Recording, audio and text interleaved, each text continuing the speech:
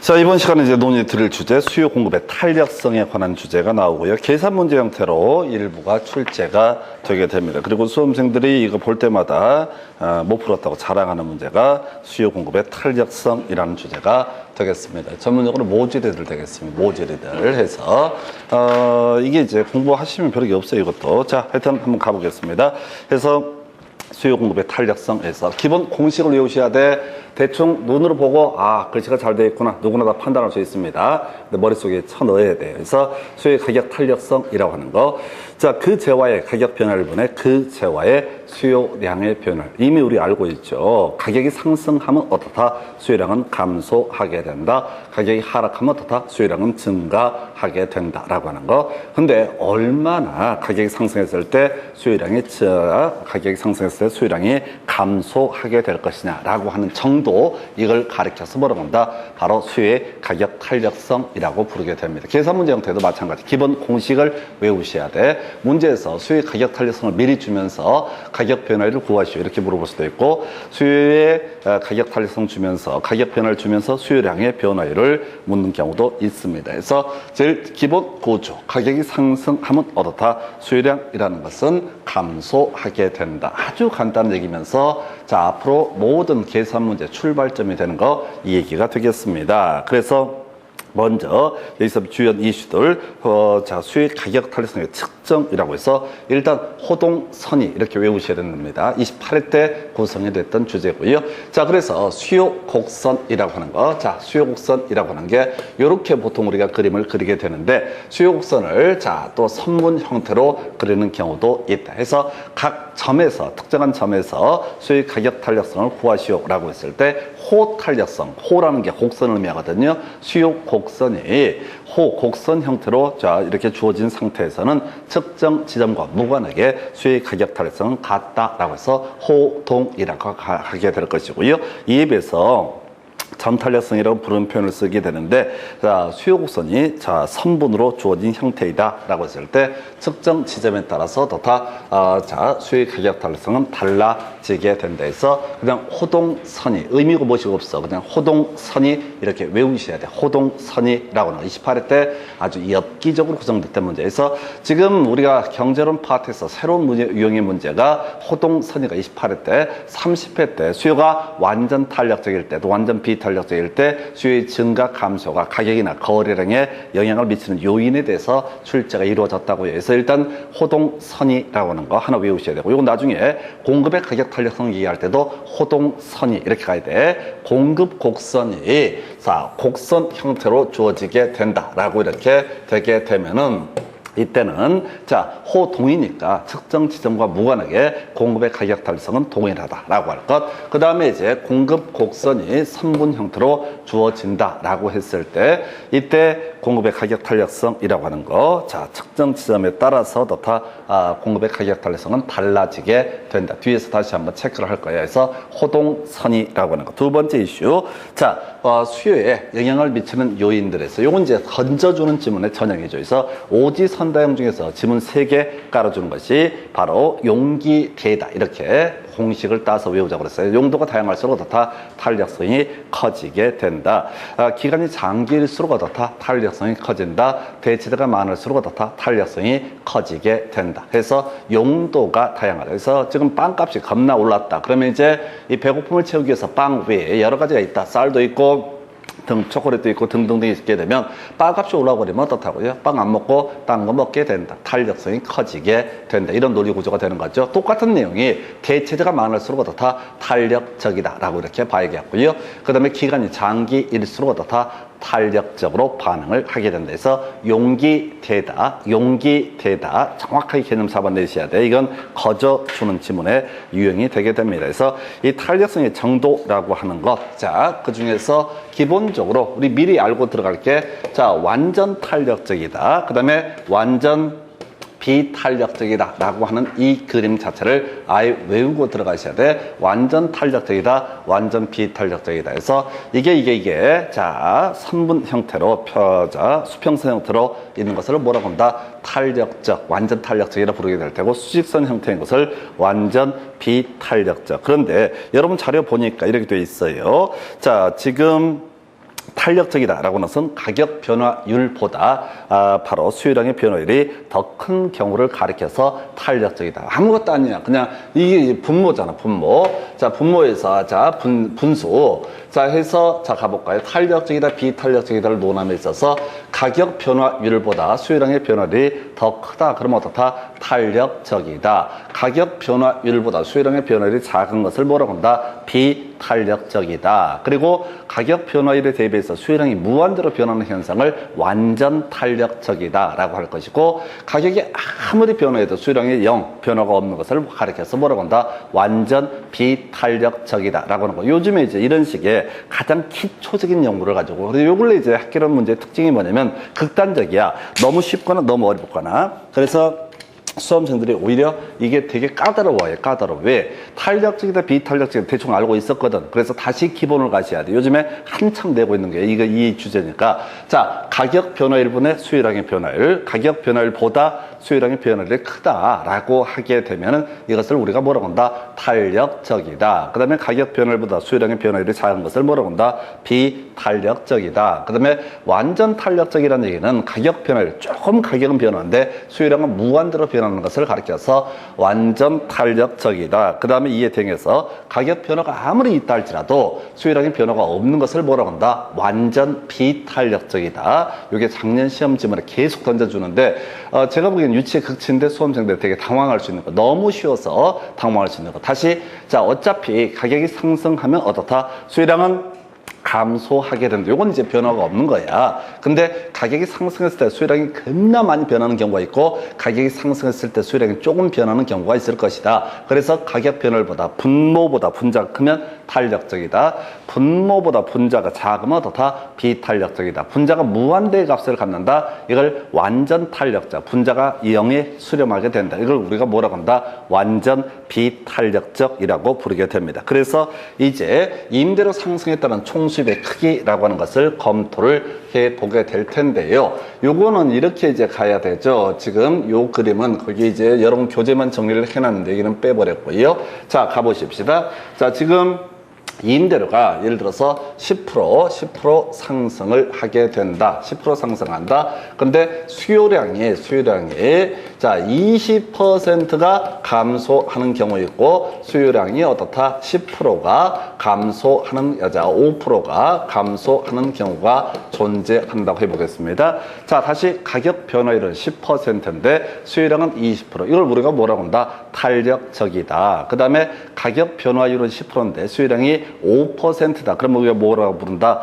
비탄력적이다. 다시 가격이 상승하면 수요량은 어차피 어떻다? 감소하게 될 것이다. 이건 변화가 없어요. 그런데 만약에 자 10% 상승인데 20% 감소했다. 이걸 뭐라고 한다? 탄력적이다 라는 표현을 쓰게 될 테고, 그 다음에 가격이 10% 상승했는데 수요량이 5% 감소하면 이걸 뭐라고 한다? 비탄력적이다. 분모하고 분자하고 비교했을 때 분모보다 분자가 크면 뭐가 되고?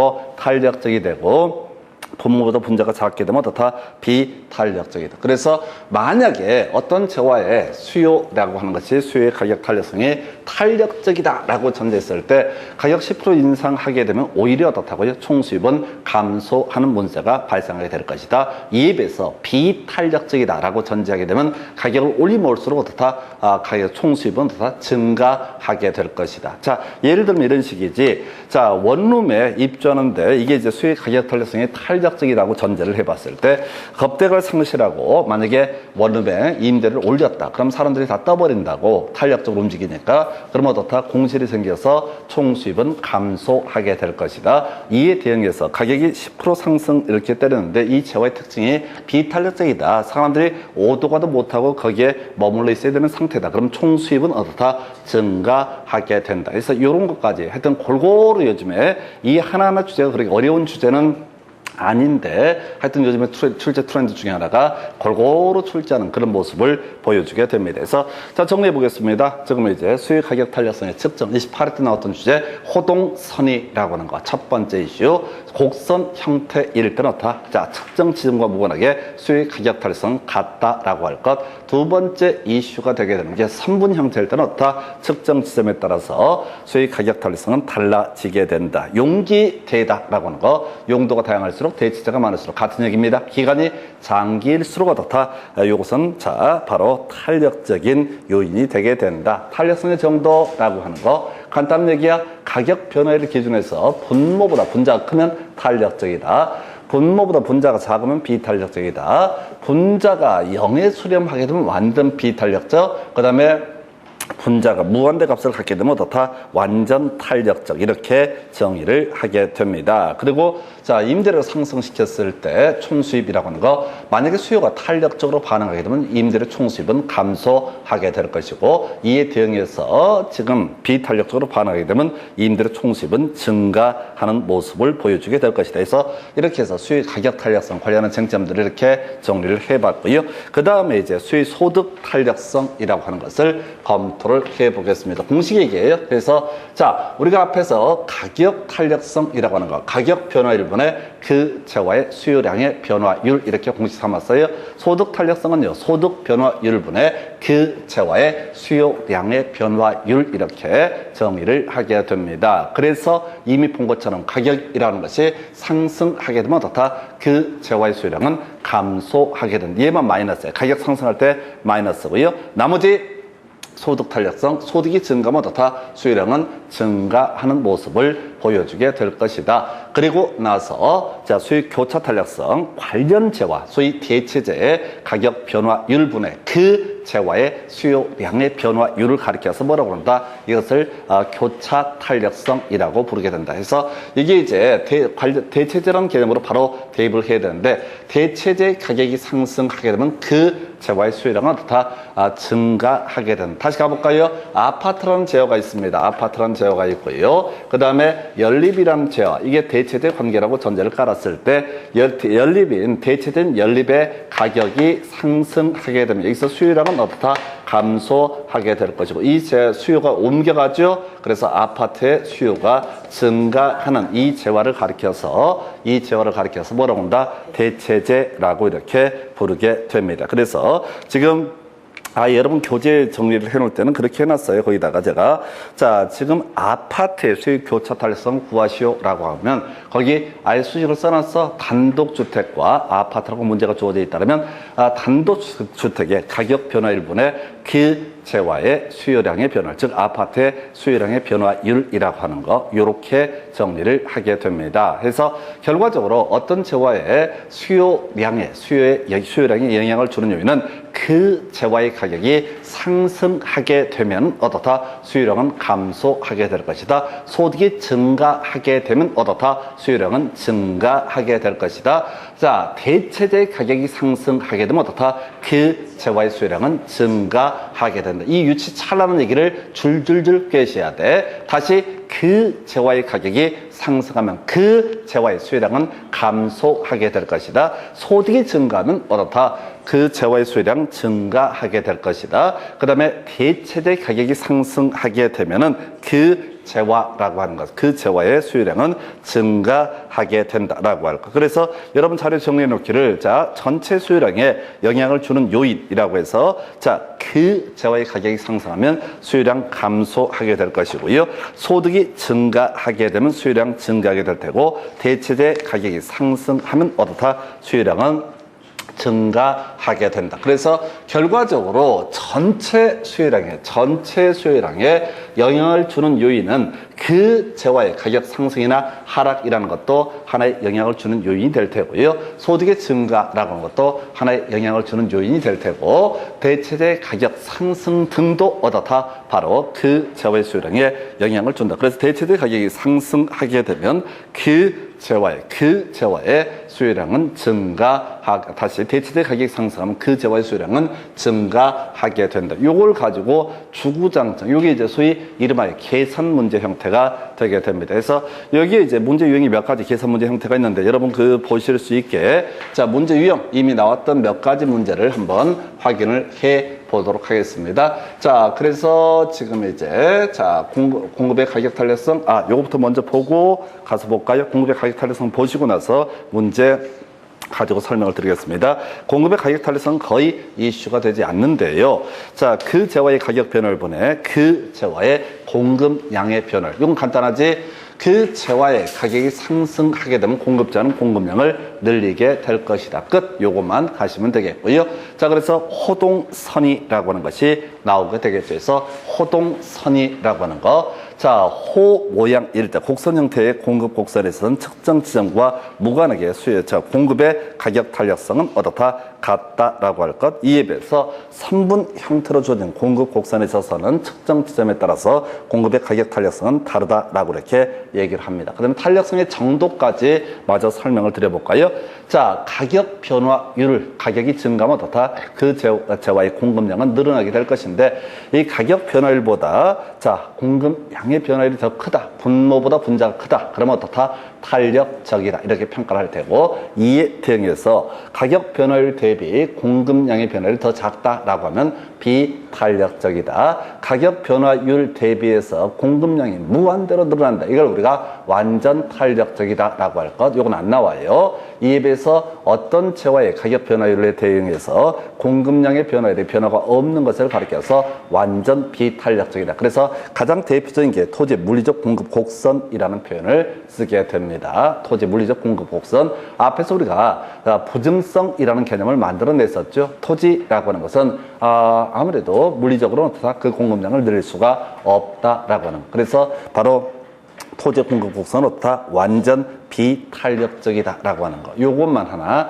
특기할 만한 주제가 되겠습니다. 그래서 하여튼 요렇게 공급의 가격 탄력성까지 체크해드렸고요. 문제 유형을 가지고 한번 확인해 보겠습니다. 자, 일단은 수익 가격 탄력성, 소득 탄력성, 교차 탄력성을 가지고 구성을 하게 되는데 문제를 풀어가실 때 미리 마음의 준비를 해야 돼. 그 재화의 수요량에 영향을 주는 요인은 자, 첫 번째 그 재화의 가격이 하나, 두 번째 소득 변화율이 하나, 세 번째가 뭐라고요? 관련 재화의 가격 변화율이 하나가 되게 된다. 라고 해서 뭐 더럽게 많이 나와 있는데 이 문제에서 뭘 물어봤어? 아파트의 전체 수요량의 변화율은 이렇게 나와 있죠? 그래서 이걸 일 없이 쳐 있게 되면 뒤져요. 근데 주어진 데이터 보니까 수익 가격 탄력성, 소득 탄력성, 그 다음에 교차 탄력성 뭐 이런 것까지 나와 있는 상태야. 그럼 공식을 다 써봐야 돼. 공식을 써야 돼. 이게 문제를 쳐 있게 되면 작살납니다. 뭐 절대 문제를 읽으면 안 돼. 문제를 읽는 순간 게임 끝나버려. 읽는 사이에 1분이 지나가 버리니까 그때부터는 시간 때문에 초조해갖고 어쩔 줄 몰라. 수익 가격 탄력성. 먼저 아파트에 대한 수익 가격 탄력성이라고 하는 거. 가격 변화율이라고 하는 거. 가격 변화율 얼마? 3% 상승이라고 되어 있습니다. 3% 상승. 그러면 가격이 상승하게 되면 어떻다? 수요량이라는 것은 어떻다? 감소하게 된다라고 알고. 일단 세팅이 돼야 돼. 근데 얘가 이제 0.6이라고 주어져 있어요. 0.6은 이렇게 수익 가격, 아파트의 수익 가격 탄력성은 0.6이다 라고 주어져 있고 아파트의 가격이 3% 상승한다. 0.6이 되려면 이걸 X로 두게 되면 368에서 얼마? 1.8% 감소가 돼야지 어떻다? 바로 이 0.6이라는 값을 채워주게 됩니다. 이것은 증가 감소 세팅해 주는 거야. 두 번째 이슈라고 하는 거 소득 탄력성 얼마? 0.4라고 주어져 있습니다. 그러면 이제 소득이 얼마? 3% 상승이라고 되어 있어. 3% 상승. 그러면 수요량은 어떻다? 증가하게 된다. 이걸 Y라고 한번 해보게 되면은 자, 요거 0.4니까 3, 4, 12 하면 1.2% 증가가 돼야지 어떻다? 이 값이 맞게 되는 거죠. 그 다음에 아파트의 수요자, 오피스텔 가격이 3% 상승이라고 되어 있죠.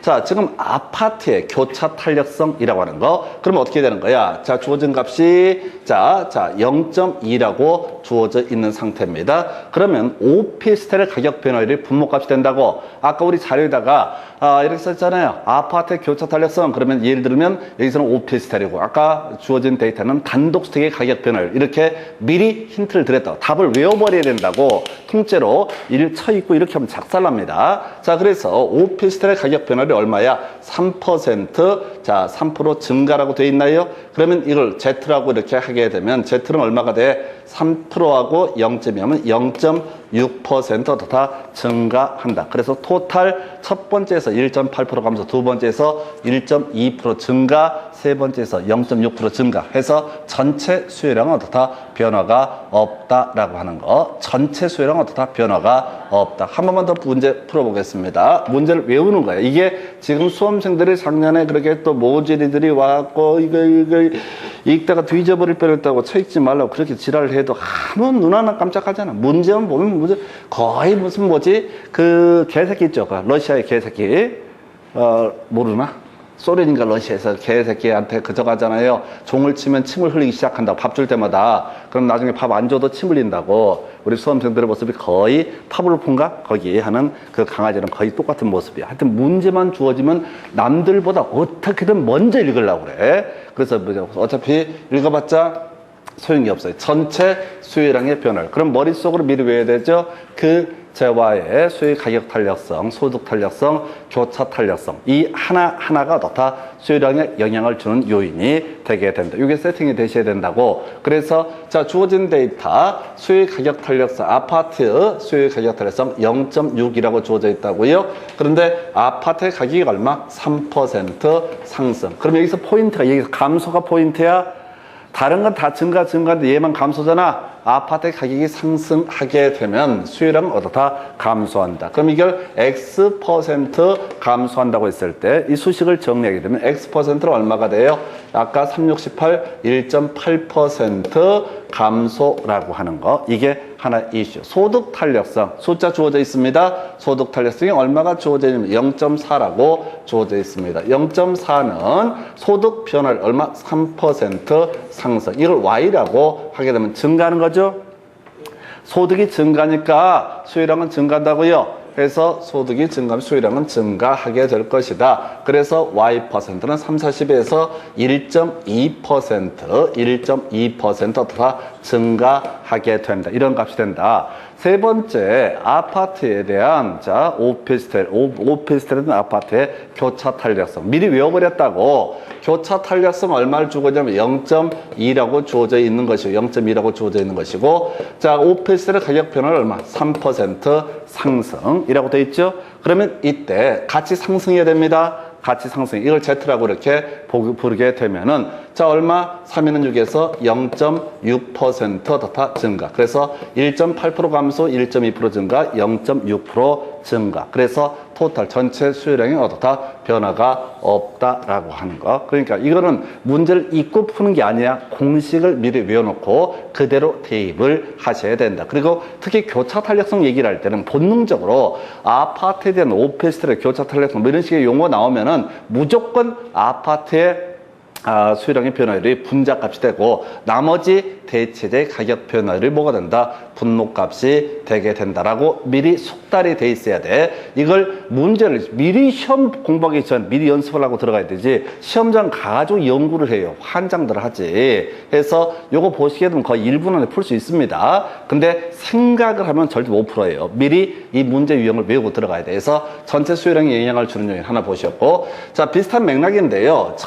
무조건 전체 수요량에는 자, 세 가지 그 재화의 수요 가격 탄력성, 두 번째 소득 탄력성, 그리고 교차 탄력성, 요 세 개 요인이 짬뽕이 돼서 다 전체 수요량에 영향을 주게 된다라는 게 미리 세팅이 돼 있어야 된다고. 자, 주어진 데이터 보니까 가격 탄력성 0.6 나와 있고요. 소득 탄력성 0.5 나와 있습니다. 스톱! 여기서 이제 물어보는 게 뭐냐면 결국은 전체 수요량에 영향을 주는 것은 이 수요 가격 탄력성 얘기도 있겠고요. 그 다음에 소득 탄력성. 요 두 개만 물어보는 거야. 아까 문제는 세 개를 한꺼번에 물어봤던 거고, 요건 두 개를 물어보는 거야. 문제 다 똑같아. 문제 다 똑같아.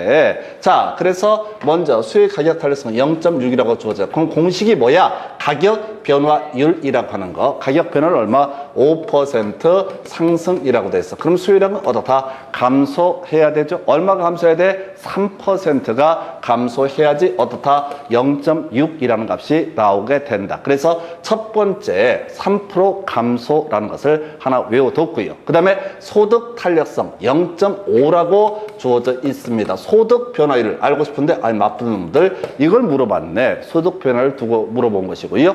그 다음에 지금 전체 수요량이 1% 감소라고 돼 있죠. 전체 수요량이 1% 감소라고 돼 있다고. 그럼 잘 모르겠는데 3% 감소하고 얼마가 돼야 돼? 2% 증가가 돼야지 어떻다. 2% 증가가 돼야지 전체가 얼마? 마이너스 1%의 문제가 나오게 된다. 그래서 결과적으로 만약에 분자값이 2라고 한다면 이게 0.5라고 했을 때 소득은 얼마? 4% 증가가 돼야지 4% 증가가 돼야지 어떻다? 바로 마이너스 1% 전체 수요량 1%가 감소하는 모습을 보여주게 된다. 그래서 이 문제의 유형은 뭐냐면 다른 건 다 필요 없고 먼저 전체 수요량에 영향을 주는 요인 이걸 공식에 대입을 해봐야 된다고. 그래서 가끔씩은 문제를 줄 때 어떻게 준다고요? 소득 변화를 줄 수도 있겠고 소득 변화를 구하시오 이렇게 내릴 수도 있겠고 또는 소득 변화를 주면서 전체 수요량의 변화를 구하시오 이렇게 나올 수도 있다고. 만약에 지금 마이너스 1%란 말을 하지 않고 소득이 4% 증가했을 때 전체 수요량의 변화율은 그렇게 하게 되면 아까 여기서 얼마? 3% 증가, 자 그다음 감소 2% 증가라고 해서 토탈 얼마? 1% 감소라는 식으로. 그래서 업어치고 매치고 계속 이걸 물어보는 식이에요. 그래서 이게 지금 소득 탄력성과 소위 가격 탄력성을 짬뽕한 형태다. 문제 다 똑같아. 문제 다 똑같아. 근데 모든 얘기의 시작 자체는 뭐라고요? 먼저 공식이 암기가 돼 있어야지 죽이 되든 밥이 되든 하는 겁니다. 공식이 암기가 안 돼 있으면 아무런 의미가 없어요. 한 문제만 더 가보겠습니다. 28대 문제인가요? 수험생들이 좀 어렵게 받아들였던 문제. 일단은 뭘 구하라? 아파트에 대한 다세대 주택의 수요 교차 탄력성을 구하시오. 라고 이렇게 돼 있습니다. 자, 그래서 지금 문제의 포인트는 다세대 주택의 교차 탄력성이라고 하는 거. 공식부터 써봐야 돼. 다세대 주택의 교차 탄력성이라고 하는 거. 다세대 교차 탄력성 다세대라고 하면 대체재 가격 변화율 나와야 되죠. 분모값은 뭐가 된다? 대체재 가격 변화율분의 다세대 수요량의 변화율을 가리켜서 뭐라고 한다? 바로 다시 대체재 가격 변화 때문에 발생한 그 다세대 수요량의 변화율을 가리켜서 뭐라고 부른다? 바로 교차 탄력성이라고 부르게 된다. 이게 또 새로운 문제처럼 똑같아요. 같지만 완전히 똑같은 문제야. 먼저 사안을 보니까 소득이 10% 증가하고 그 다음에 아파트 가격이 5% 상승하니까 다세대 주택의 수요는 토탈 얼마? 8% 증가. 그러면 잘 모르겠지만 8% 증가에 영향을 미치는 요인은 소득도 일정 부분 기여를 한 것이고 그 다음에 아파트의 가격 상승이라고 하는 것도 다 일정 부분 기여를 한 것이다. 이게 전제가 돼야 된다고. 다시 전체 수요량에 영향을 주는 요인은 그 재화의 수요의 가격 탄력성도 영향을 줄 수가 있겠고 소득 탄력성도 영향을 줄 수 있고 그 다음에 관련 재화 대체재 가격 변화율이라고 하는 것도 다 영향을 줄 수가 있다. 이게 세팅이 돼야 돼. 다시 전체 수요량에 영향을 주는 요인은 그 재화의 수요의 가격 탄력성, 그 다음에 소득 탄력성, 교차 탄력성 이런 것들. 그럼 정리하면 그 재화의 가격 변화율, 소득 변화율, 그 다음에 대체재의 가격 변화율 요 세 가지가 여기에 어떻다? 영향을 주게 된다. 그래서 다세대 주택의 수요가 8%가 증가가 됐다라고 전제가 되면 잘은 모르겠지만 소득 때문에 얼마 변화가 있을 테고 아마 소득이 증가했으니까 일정한 수요 증가 있을 테고요. 그 다음에 아파트 가격 변화율 때문에 일정한 수요량의 변화율이 수요의 변화가 발생했을 것이다. 해서 가볼까요? 근데 주어진 데이터 소득 탄력성 얼마? 0.6이라고 주어져 있습니다. 그럼 공식 써야 돼. 0.6이라고 하는 소득 변화율 나와야 되죠? 분모값이 뭐냐고? 소득 변화율이 나와야 된다고. 소득 변화율이 얼마야? 10% 증가. 그러면 잘 모르겠지만 여기서는 얼마? 6% 증가라는 값이 나와야지 어떻다? 이걸 우리가 수요 소득 탄력성 0.6이라고 부르게 됩니다. 그죠? 이게 기본 구조라고. 소득 때문에 소득이 증가됨에 따라서 얼마? 6%가 증가가 했다. 수요량. 그러면 아파트의 가격 변화율 때문에 결과적으로 얼마? 2%가 증가해야지 토탈 얼마? 8% 증가가 발생하게 된다. 그러면 이건 진짜 극치야. 이것만 물어보면 돼. 이것만 이해하면 돼. 다시 소득 10% 증감에 따라서 얼마? 전체 수요량 중에 6%의 증가 요인이 발생했다. 자, 그러면 아파트 가격이 변화함에 따라서 결과적으로 그 재화의 수요량이 얼마? 2% 증가가 됐다. 아, 그래야지 8%가 증가를 할 수가 있게 되니까. 그래야지 어떻다? 8%가 증가할 수 있기 때문에. 근데 이제 다세대 주택의 교차 탄력성 겁나 쉬워. 교차 탄력성 다세대 관련 재화의 가격 변화 뭐가 돼? 아파트의 가격 변화율 얼마입니까? 문제 주어져 있습니다. 아파트 가격 변화율 얼마? 5% 상승이라고 되어 있어. 그러다 치고 이것 때문에 얼마가 변화가 돼야 돼? 2%가 증가해야지. 토탈 얼마? 8%가 증가하는 모습이 나오게 될 거다. 그래서 5분의 2, 0.4 이게 뭐가 된다? 다세대 주택의 교차 탄력성이라는 개념이 되게 됩니다. 그래서 다세대 교차 탄력성이라고 하는 거. 그러니까 이것도 그래. 뭐 길게 갈 것도 없어. 다시 문제를 통째로 외워버려야 돼. 자, 가십시다. 전체 수요량에 영향을 주는 요인, 그 재화의 가격 변화율이라고 하는 거. 두 번째 이슈가 되는 게 소득 변화율. 세 번째가 뭐라고요? 관련재와 대체재의 가격 변화율. 요 세 가지 요소가 결합해서 다 전체 수요량에 영향을 주게 된다라고 하는 거. 이걸 암기를 하셔야 돼. 결국은 이 모든 얘기의 결론은 뭔 얘기를 하는 거냐면 바로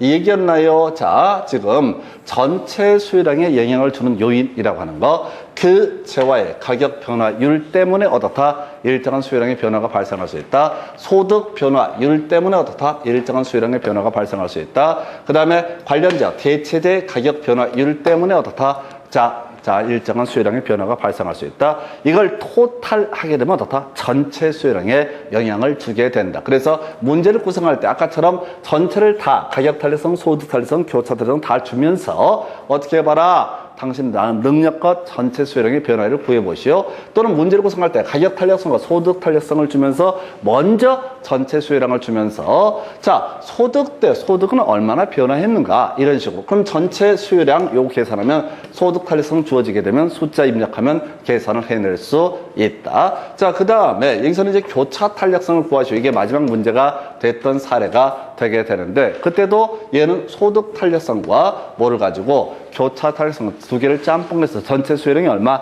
8%가 증가가 됐다. 그래서 이 개념 잡아내는 게 더럽게 어려워. 다시 봅시다. 어떤 재화의 수요량에 영향을 주는 요인이라고 하는 거. 자, 그 재화의 가격 변화율이라고 하는 거. 소득 변화율. 그리고 세 번째가 뭐라고요? 관련 재화, 대체재 가격 변화율에 따라서 다 전체 수요량에 영향을 주게 된다. 지금 세 개 문제 있잖아요. 이걸 갖고 10번씩 풀어보시면 다 외워. 문제 자체를 구조를 자연스럽게 외우게 돼. 산수가 문제가 아니라니까. 산수가 문제가 아니라 무조건 자 기본 문제가 아까 세 개를 다 쓰는 게 제일 어려운 문제 30회 때 문제였었고 나머지는 보통 2개 정도 가지고 풀어보라고 그래. 그래도 이 문제는 이제 루틴을 알게 되면 15초 20초 만에 금방 캐치냅니다. 근데 사람들이 이거 안 하면은 뭐 30분을 줘도 해결을 못 하는 거야. 그래서 계속 이 공식을 한 10번씩 써봐. 10번만 써보게 되면 사람 새끼는 이거 못 외울 수가 없어요. 금방 할 수 있어. 그래서 미리 마음의 준비는 뭐라고요? 전체 수요량을 물어볼 수도 있겠고 또는 전체 수요량을 미리 주면서 뭐를 소득 변화율이라든가